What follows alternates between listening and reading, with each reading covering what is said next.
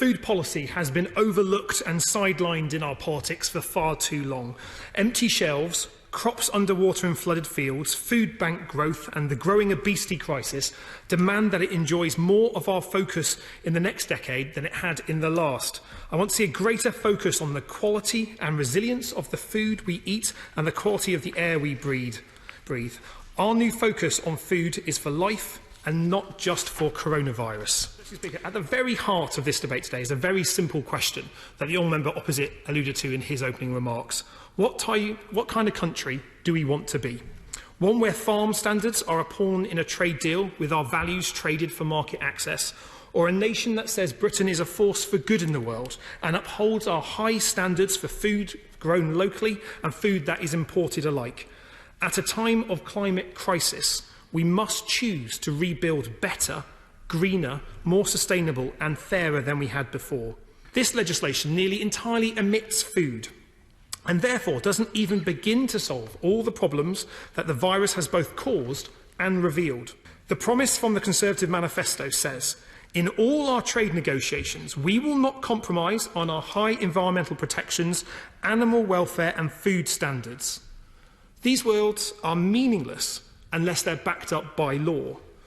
These amendments today reflect a cross-party concern that the promises of high standards will not be kept unless they appear in black and white in this bill. The right place to deal with farm standards is a bill about farming. It's because the virus has shone a spotlight on the fragility of our food system that we're proposing that a food security report is published within 6 months of this bill becoming law, focusing on the food supply problems highlighted by the virus, the fragility of supply, concerns over agricultural labour and the nutritional value of the parcels for whom they are being shielded.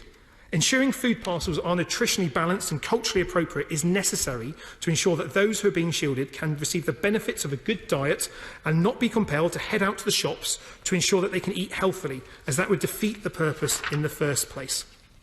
The nutrition of the nation is a national priority for Labour, and that is why this amendment also stands in my name and does so proudly and distinct from party politics.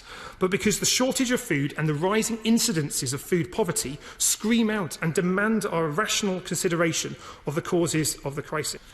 We need to have a greater focus on food, Madam Deputy Speaker, in terms of this. This bill does not give us that focus, but these amendments do.